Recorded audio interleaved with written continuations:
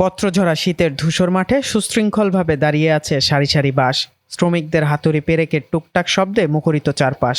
বাঁশের কাঠামোতে দেয়াল তৈরির কাজ চলছে পুরোদমে। আর কয়েকদিন পরেই বাঙালির প্রাণের মেলা অমর একুশে বইমেলা। সময় অল্প, তাই দিনরাত এক করে কাজ করছেন শ্রমিকরা। কাজের চাপ অনেক, কাজ চলবো 30 তারিখ পর্যন্ত। আমাদের দ্রুত করতে কাজ করতে হবে, কাজ লোক বাড়াইতে হবে, কাজ অনেক আছে, কাজ কেবল শুরু হইলো।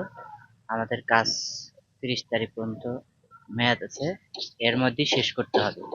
এখন আজকে রাত 9টা পর্যন্ত করব, কালকের থেকে আরো লোক বাড়বে এবং ইও বাড়বে, সময়ও বাড়বে।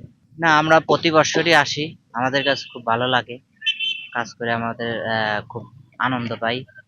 অনেক লোকজন, অনেক জনগণ আসে, আমাদের দেখে, আমাদের সাথে কথা বলে, আমাদেরকে খুব ভালো লাগে। আমরা ইলেকট্রিক, জি, কারেন্টের।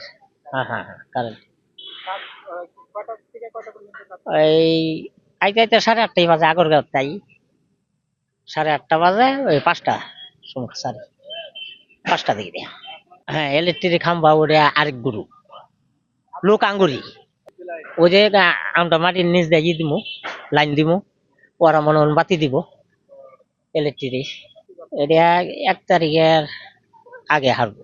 লেখক পাঠকের এই মিলন মেলা সামনে রেখে ব্যস্ত সময় পার করছেন প্রকাশকরাও। নতুন বই প্রকাশ এবং মেলার প্রস্তুতিতে চলছে শেষ মুহূর্তের তোড়জোড়। প্রস্তুতি আজকের থেকে কাজ, আজকে স্টল বরাদ্দ হলো, কালকে থেকে কাজ আরম্ভ হবে।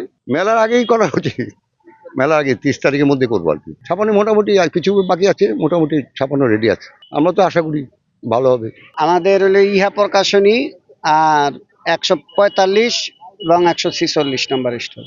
কাজ তো অনেকই বাকি, হয়তো 2-1 দিনের মধ্যে আমরা স্টার্ট দিব কাজের, নতুন ভাবে সাজানোর।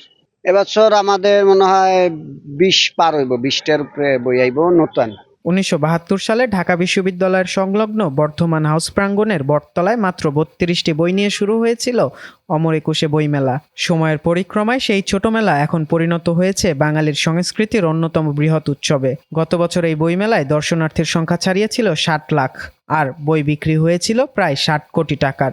এবছর মেলায় অংশ নেবে 86টি প্রকাশনা প্রতিষ্ঠান। পাঠকদের কাছে নতুন বই পৌঁছে দিতে এবং বইমেলাকে আরো প্রাণবন্ত করে তুলতে সবার প্রস্তুতি চলছে পুরোদমে।